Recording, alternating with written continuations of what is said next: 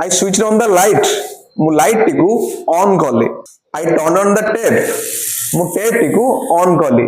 So student देखि पड़थिबे जेतेले मु light T on कली सेठी मु स्विच ऑन कहली किंतु जेतेले मु टेप टी ऑन कली सेठी टर्न ऑन कहली. सो turn on and switch on मध्ये डिफरेंस कोन दुइटार मीनिंग होची स्टार्ट करिवा. तो स्विच ऑन स्टूडेंट केतेबेले यूज हुए जेतेबेले आमे कोनोसी डिवाइस को डायरेक्ट स्विच मारी स्टार्ट करथांती सेठी हमर स्विच ऑन लागे जेपर कि लाइट टी जेतो मु लाइट स्विच ऑन कली लाइट स्टार्ट हेला.